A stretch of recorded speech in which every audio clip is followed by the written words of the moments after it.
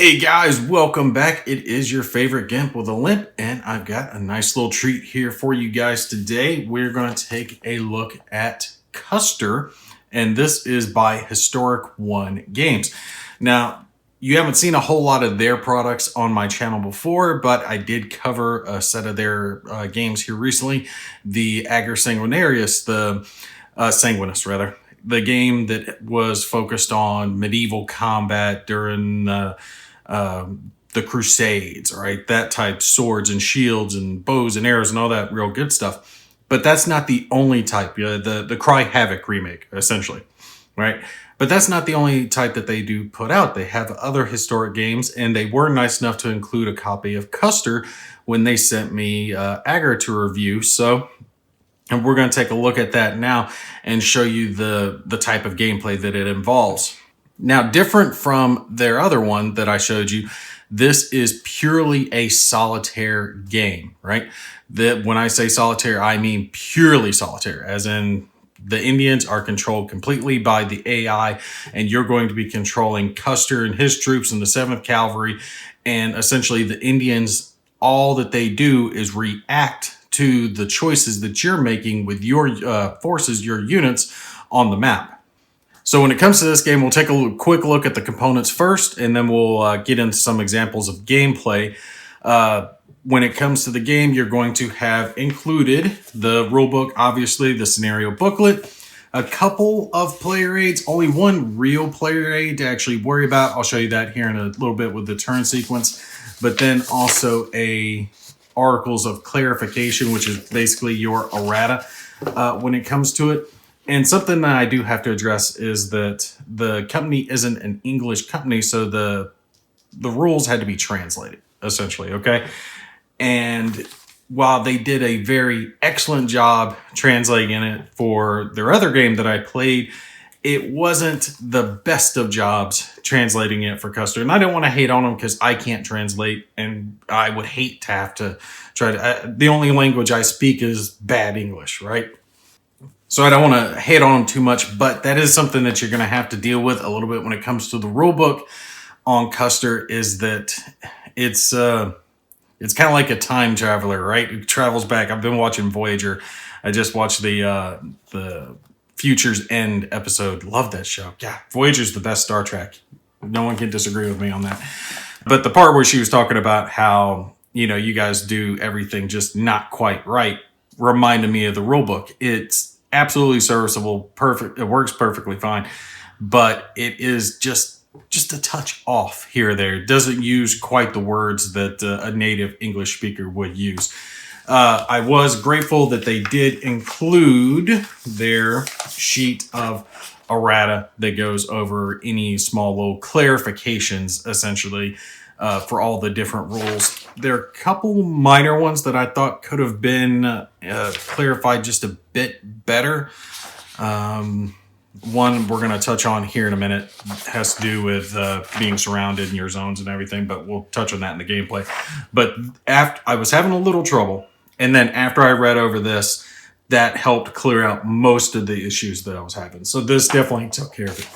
So the rest of the components of the game, you're going to have, like I said, the two books that come with it, the player aids, one sheet of counters, roughly a couple hundred counters that come with the game, and then you're going to have the 3 maps as well. So you've got a map for each scenario that comes in the scenario booklet, which is going to be, I have to look to remember the name of it, Washita, the Battle of Washita. Then there's Hosinger Bluff, which is the one that I've got set out now. And of course, the Battle of Little Bighorn. Now, part of the reason I chose this one is because it's smaller, it's easier to film, so I don't have to move the camera around. But just to show you, the other 2 maps are a fair bit bigger. This is the Battle of Little Bighorn. So I'll hold that out so you guys can see that nice, huge, massive battle going on with this one. So anyone who has wanted to relive the Little Bighorn and the fall of Custer, you can absolutely do it and see if you can react better than he did, because he got monkey stomped. So one of the things that I didn't like is Historic One. I loved their maps with the Cry Havoc series stuff, right? I can't pronounce those French terms, agro-sanguinous, those games. It had a texture unlike anything I had experienced with any other war games that I've tried. Just it's hard to explain without actually feeling the map in your hand. But you guys check out the video, at least the first one that I did on that series, if you haven't, and I show how the counters almost stick to the map. I mean, it does such a good job with it. These maps are your traditional poster paper type maps. All right, so they're serviceable. They're thick enough to not tear easy, but they are thin enough that I think you're going to have a little bit of wearing at the folds. You can see maybe just a little bit happening here. I would have preferred to see them use the same type of material that they used on the other game. I think it just works so well. It's such a nice material, but I'm also thinking it might be a cost-cutting measure because that material is so much better. And I'm sure they were probably trying to keep the cost of this game down. Maybe I was spoiled by that one. I just love the map so much. I think they did such a good job with it. Just the texture of it's just excellent. Very, very nice. That it was kind of a step back to come back to this. This is just your standard glossy, smooth poster paper type. All right. And the counters are similar. See if we can get it up in focus for you guys so you can see to the ones for agro-sanguinaires. Perfectly fine, thick enough to use. You don't have to use tweezers if you don't want to. You can if you do want to. Perfectly up to you on which way you want to go. They clip easily as well. I didn't take the time to clip these since I'm not doing a huge full playthrough of it. But they will clip very nicely and look good on the table if you want to go that route. Only other thing that they included, because I don't want you guys thinking that they included these high-speed, low-drag, double 6 dice, was a single D6 to go along with the game. But I love my double 6 dice, so generally speaking, whenever a game has a standard square D6, I throw it to the side and I get out my double 6s. Highly recommend these. This has nothing to do with Historic 1. I just love these dice. I think they roll so well. Very nice. It's kind of like having a 2D6 in your hand. It represents a D6, though. It's got 2 1s, 2 2s, 2 3s, 2 4s, so on all of their dice, and they have multiple different types. They recently did a Kickstarter, but I think they might have a little bit of stock left. They did not send me anything. I paid for all of that myself, so this is just me recommending it because I like it, not because anyone paid me to. Just putting it out there.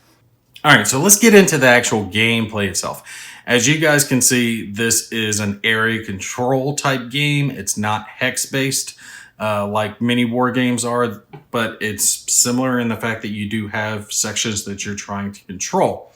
Now, this game operates in a way for its AI that I've never seen before, and I'm like hit and miss on liking it, but I'm leaning towards liking it because I think it's something different, and it gives you an ability to kind of control the battle in a way because the AI reacts to you. I'll have to give you some examples of gameplay to really show you what I'm talking about. But when we start the game, we're going to have a setup. This is the setup for Hostinger's Bluff. All right. 4 counters going on the board. You're like, wow, well, 5 if you count the turn counter. That's not a whole lot. I told you I picked a small scenario, so it would be a little easier to show off, but there is a nice, huge stack of reinforcements that come into the game later, so we'll kind of show that here in a minute. Depending on the scenario you pick, you could be placing Indian huts and villages and civilians and horses and all that stuff. Like the first scenario, Washita, I believe it's called, is like an Indian village in the center with multiple prongs of the 7th Cavalry coming in to surround it and take over the village. And Little Bighorn, obviously, just huge battle. Now, one of the neat things that they have in this game is something called a last stand marker. See if we can get this in camera for you guys. And before you start your scenario, you're actually going to roll a d6 to see how many last stand counters you get. We got 1. Oh, what a horrible thing. So in this one, we would only have 1. But essentially, you have special heroic actions, or what they're called. Last stand is 1. You get so many, again, depending on what you roll. And then your scenario has any other special heroic actions that your troops might have done. And they're based on history. Let me show you guys here in the rule book. Whoa, and I forgot to mention this. I do love that they did this. I always love it when a war game company does this. They have the historical breakdown of what happened. So I actually got to read about this battle before I'm getting ready to play it, because I don't know about this stuff because I'm not as interested in this time frame. So yeah, actually reading about this, I was able to find out the fact that this was a advanced force with Custer and maybe 100 troops, and they ended up getting kind of swarmed by the Indians, and they were pushed back into this woods, and they had to wait for reinforcements to come back and save them from the oncoming Indian assault. Yeah, so I think they were trying, the 7th Cavalry, they were trying to scout a specific area, and they were pushing on, and they had their main forces back behind them, and Custer had pushed forward. And Hosinger is actually the name of a veterinarian doctor that was killed by the Indians during the point of this battle. A hill was named after him, and then the battle itself. This, by the way, the bluff up here is not an actual playable space. They actually did clarify that as well. Sorry, the kids got a little fussy, and it seems like the only time they ever get fussy is when I hit the record button for some reason. All right, so anyway, like I said, I do enjoy the fact that they have the history in the booklet, letting you know what was going on during the battle. Really, really cool stuff. So when we're looking at our scenario booklet, it shows you who gets deployed on the map. And as you can see, it's not a whole lot here. Just a couple of units, a couple of leaders that are on the map. And then off map are our 9 hostile markers. And then it lists down below this how the hostile markers get put onto the map. And that's the key feature of this game, is it's all kind of revolves around those hostile markers. Those aren't necessarily the bad guys. I mean, they are the Indians, which are my people, so they're technically the good guys, but they represent where the Indians are massing for their attack. And then you draw for the Indian attacks to determine what type of attack is actually being placed. But the hostile markers are placed onto the map whenever you activate a unit, right? So the way to describe it in the rulebook is that you're not really offensive, you're kind of defensive, because your units react to how the hostile markers appear on the game board.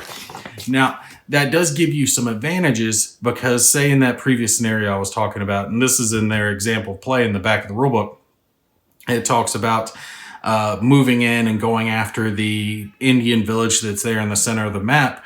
Well, maybe you want to activate the guys over here first, because if you do, then you're going to use up all the hostile markers, because there's only so many per map that can be put in there. This one only has 9 hostile markers.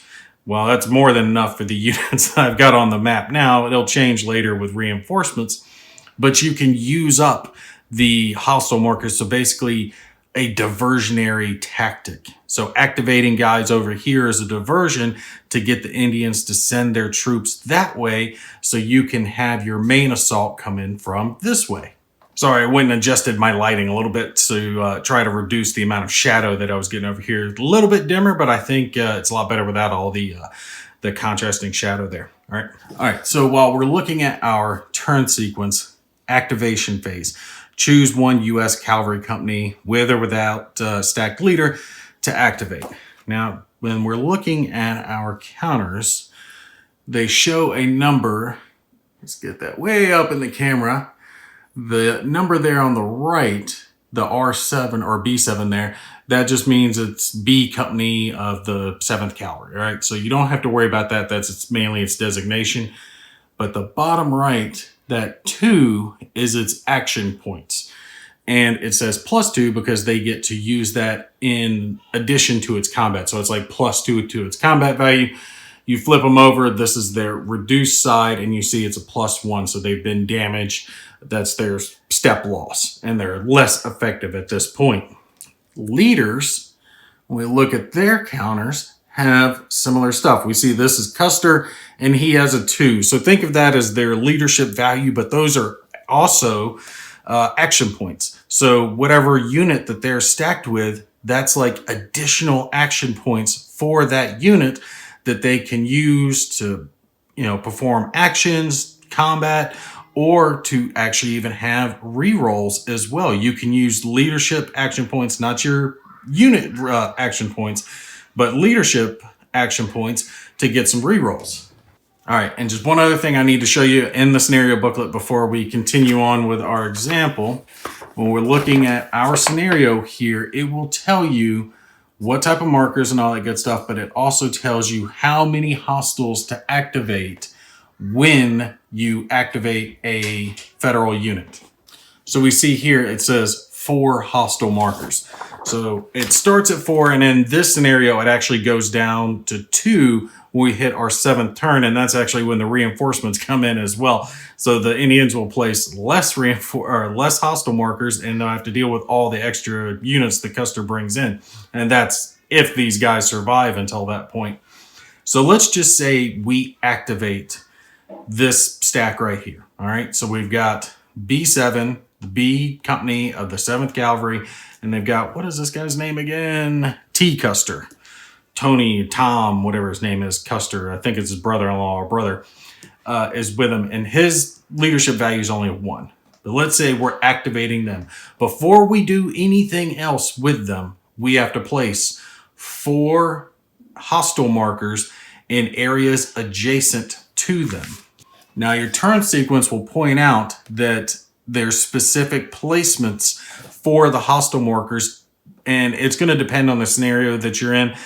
Generally, it'll start with the edge closest to the Indian side. For us, south is the Indian side, and then it'll want to put them in between Custer's units and Indian camps, Indian civilians, stuff like that.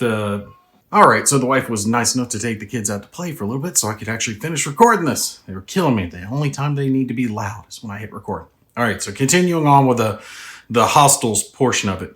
Like I was saying, when you activate a unit, you have to put that many hostiles counters on the board depending on your scenario. For this scenario, it starts out at 4 and drops to 2 at turn 7 when the reinforcements come in.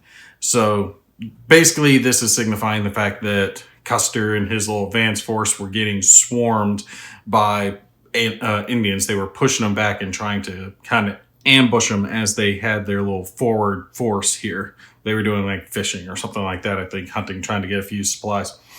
So if we activate these guys, then we have to grab 4 hostiles counters and place them out. Like I was saying, they have to be in a certain position depending on your scenario.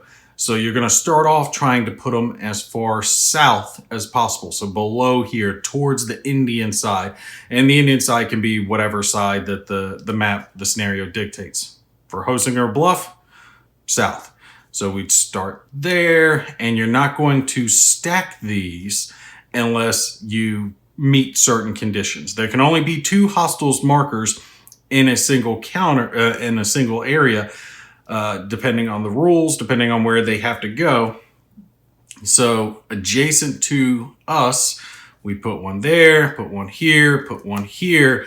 Well, now there's 3 surrounding him. So he's adjacent to 3. And at that point, this scenario states that that's when you're going to start stacking the hostiles counters, because a special rule comes into play when you have 2 hostiles counters in the same space. They automatically cause an attack against the blue forces that has to be resolved prior to the blue forces performing their actions, right? So normally, if we didn't have this extra marker here, well, they could move on to their operations phase and choose what they wanted to do. But by having this extra counter here, by having 2 adjacent to them, well, this forces an attack, and that's where we get into drawing our markers for the Indian attack. And nicely, let me grab the rule book here. On the back of it, they do have a summary of all of the different markers for the U.S. and for the Indians. And when you draw, it's going to tell you what type of attack when you draw it. So you've got frontal assault, ambush, encirclement, and harassment. And depending on which one of these you draw, you have to roll equal to or higher than a certain number to survive the attack. So frontal assault is 6, ambush is 6, encirclement is 5 plus, harassment is 4 plus. Or it could be a character, and it'll tell you which characters are going to be involved. I've got those characters set to the side over here if they are drawn for this scenario. And then you have something like outnumbered, which causes you to have to draw 2 of these instead of a single one. So in our little scenario here, we've got our blue forces, our US forces, they've got 2, so we have to draw 1. Remember, at the beginning, you're going to place so many, I think this was 2 frontal assault, 2 ambush, 4 encirclement, something along those lines, that go into your bowl. And that's going to change, again, depending on your scenario. So some attacks could be more likely. Whenever you resolve this, you put the counter back into the bowl. So your odds are going to stay the same attack after attack. So let's just grab one, see what it is. And this one's an ambush after I've dropped all the others out of the box, out of my little bowl here. Go figure. And throw them back in and shuffle them around. We'll throw them over here. So just as our example, we drew an ambush. I'll hold it up so you guys can see that for our attack. Well, for an ambush, right, to eliminate this counter, a unit must score 6 plus on a 1d6 plus its combat modifier and a special -1 modifier. In case of a failure, the unit loses 1 step and must pass a survival test. Survival test is basically a special roll you have to make if you fail certain things, and your unit could end up being eliminated. We'll roll for them just to see what happens. Now, we can use our leader for a couple different things. We can give extra bonuses, we can get rerolls, and he can be used during the Indian phase or during the operations phase when you're conducting your US operations. So they reset to full after they have done their thing in between the phases. You flip them over where the white stripe is to signify the fact that they've used their points, essentially. So we'll have him on his full side. This B company of the 7th Cavalry has a +2, which means they get a +2 on their roll, essentially meaning they've got to hit a 4 plus. With a leader, basically that means I get to roll this twice in hopes to beat that assault or that ambush. So let's grab our little dice tower here, see if we can beat it. Yes, we got a 6. So with a +2, that equals 8. We did beat the ambush. So because we beat the ambush, that comes off, and this hostile counter has been used. We set it off board for now, and we've completed it. So now we get to move to the operations phase. So you would repeat that for any hostiles that had at least 2 adjacent to a unit that was activated. We don't have any more. Now, had they lost, if they were eliminated, the hostiles could advance one of their counters forward. If you were doing an attack and you wiped out the hostiles, you could move forward. So there is advance after combat in this game as well. But now that we've activated, we move on to our operations phase. And I like it. They've got it listed down in this turn sequence. I got to give them props for this. The results for everything. If this, then this. If this, then this.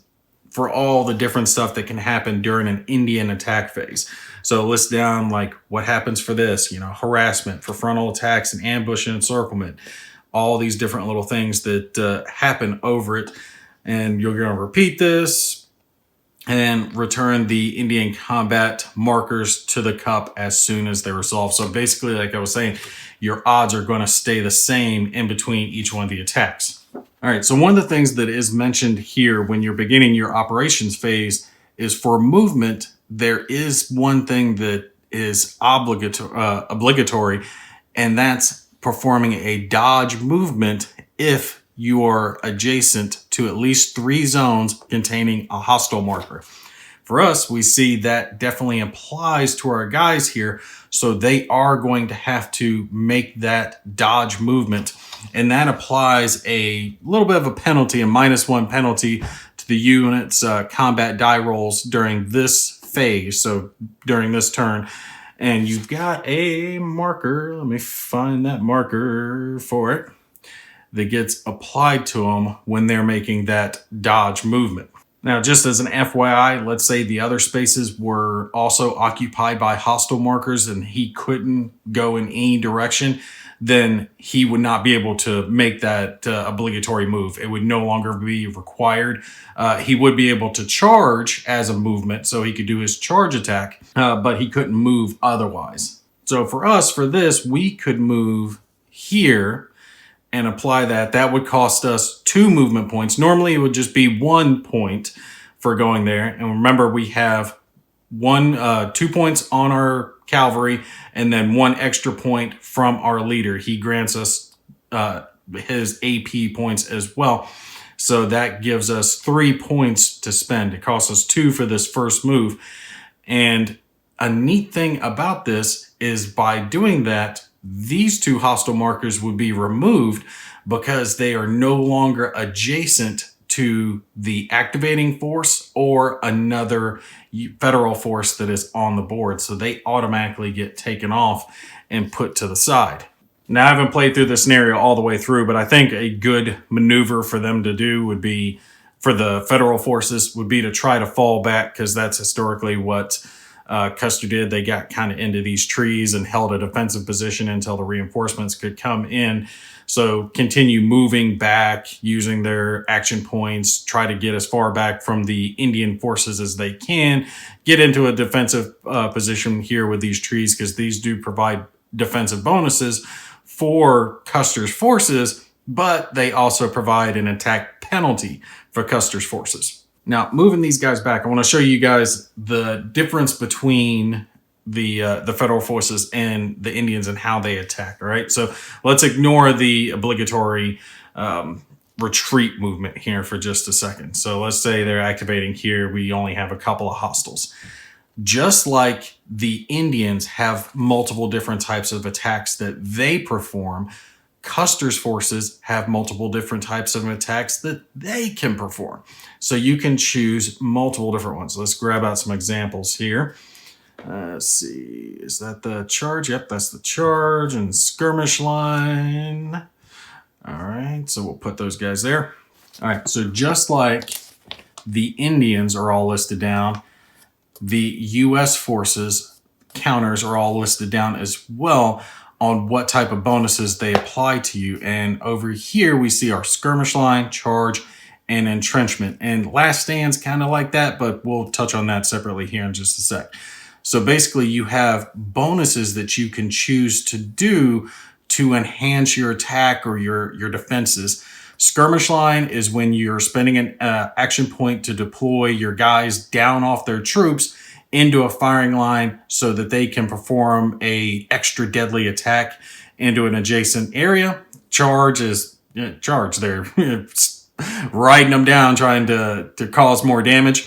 And you see here on the skirmish line, it says ×2, and on charge, it says +2. Because the charge adds a modifier to your die roll. This allows you to roll 2d6 instead of 1, and then take your best result after that. So looking at this, say we wanted to, as an example, do a firing line, we could spend 1 action point to put ourselves into a firing line and then spend another action point to attack the hostiles that were adjacent to us. Again, it lists it down nice and neatly, telling us what numbers we need to roll, because here we're not drawing a counter, an action, Indian action counter, which are what those are called, to perform the attack. We're just trying to wipe out those hostiles as best we can. So we're looking for a roll of a 6+. We do get to apply our bonus to it. So we would be getting a +2. We could get the re-roll from our leader, and we'd be rolling 2d6. So let's just see if we could take out those adjacent hostiles. Grab our dice tower here, and we got one that is a success, so we got it without even having to spend the re-roll. Bam, you'd be able to take them out, and they're in their little firing line.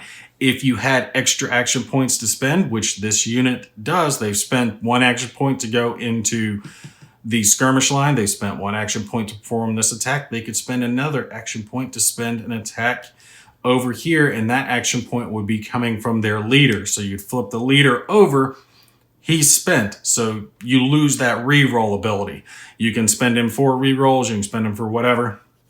Now, leaders that only have a 1 can only do this with units that they're stacked with.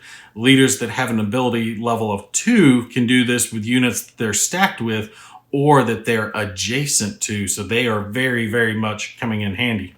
So our charge bonus is similar in the fact that it does apply a bonus. Instead of 2 dice, you get 1, but now we would be adding a +4 to it, and you would be charging the enemy down. Wouldn't be as useful for this scenario because you don't want to move this way. You kind of want to move that way.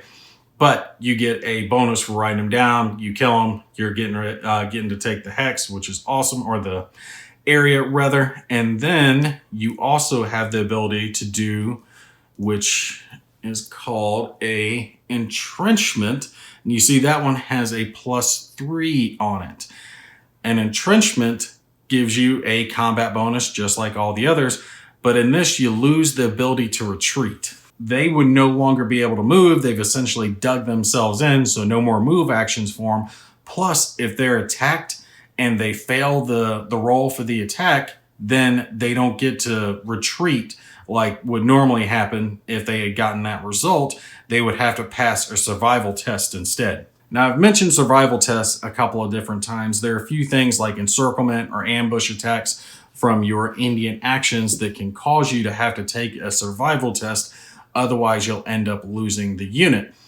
All that simply is you're going to roll a d6, and if the number is equal to or under 2, then you fail your survival test. And you have to apply a -1 for each hostile counter that is adjacent to the unit making the survival test.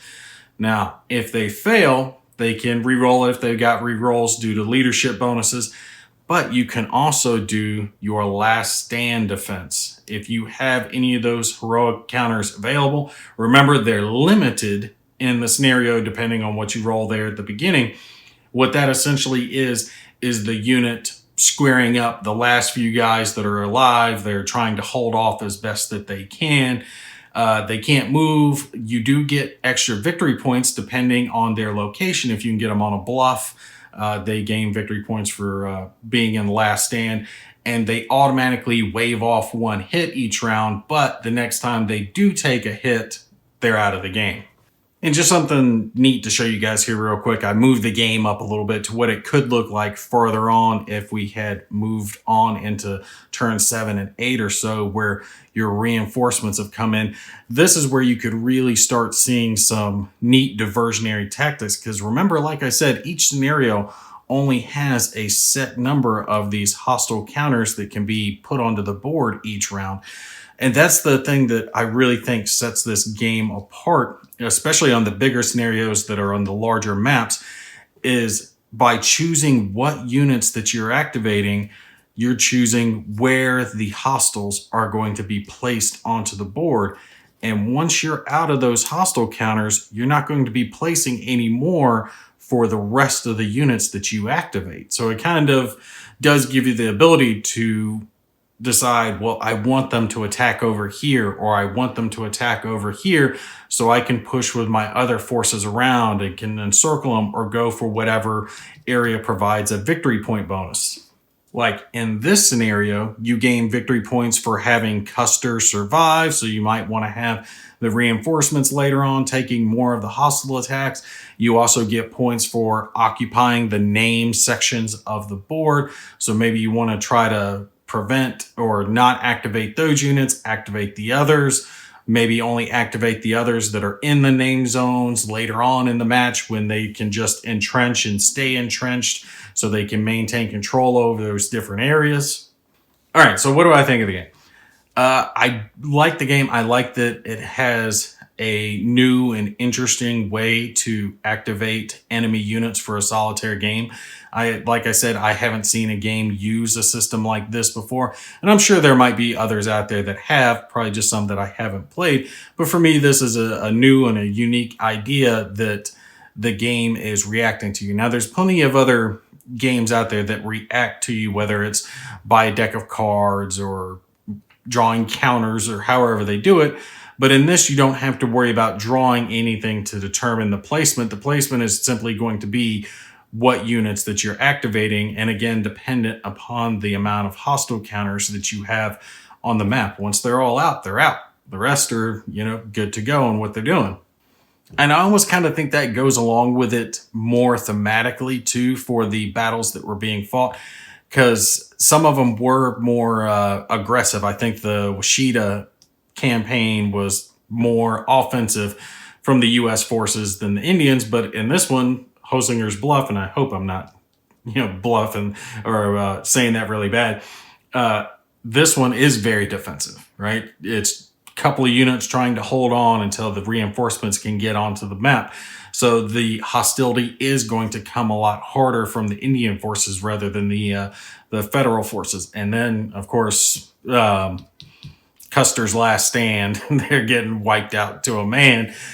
So they're not as smart with the offensive that they had going on in that one. I will admit it took me a little bit longer to get my mind wrapped around the rules of this game. And part of that did come from the translation problems with the rulebook.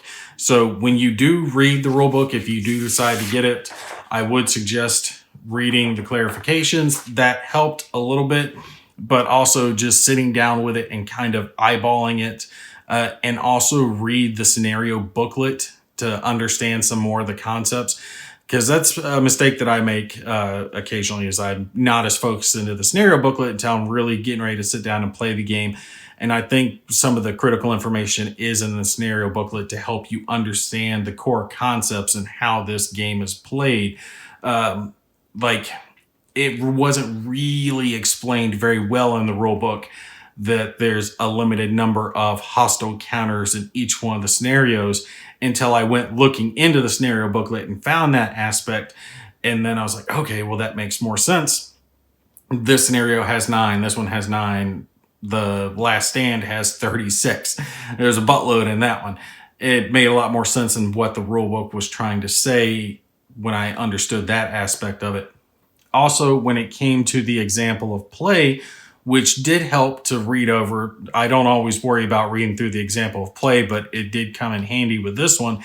The problem is it didn't make sense to me, the example of play, until I went and read the scenario booklet, because the rules didn't seem to be making sense. And then let me grab it and I'll show you guys. There is where is this rule in here? I think it's on the next page. Yeah, victory conditions.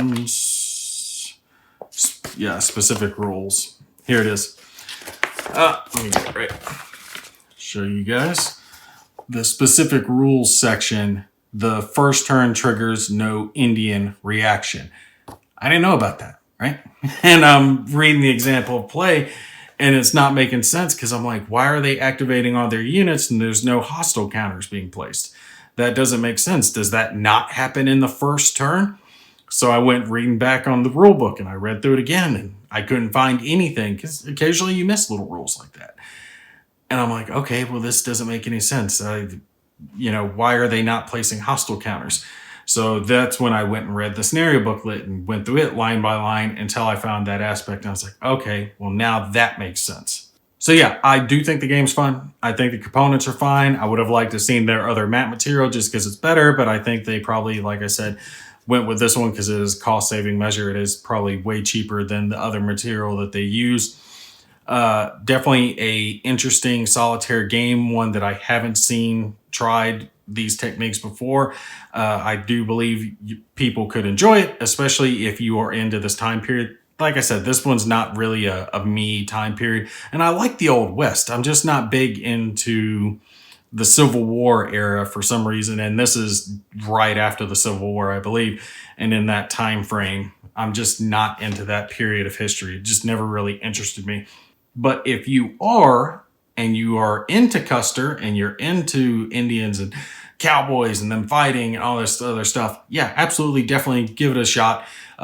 Fun stuff. Interesting to see how the AI responds to you, and especially with you activating this unit to allow this unit to get through.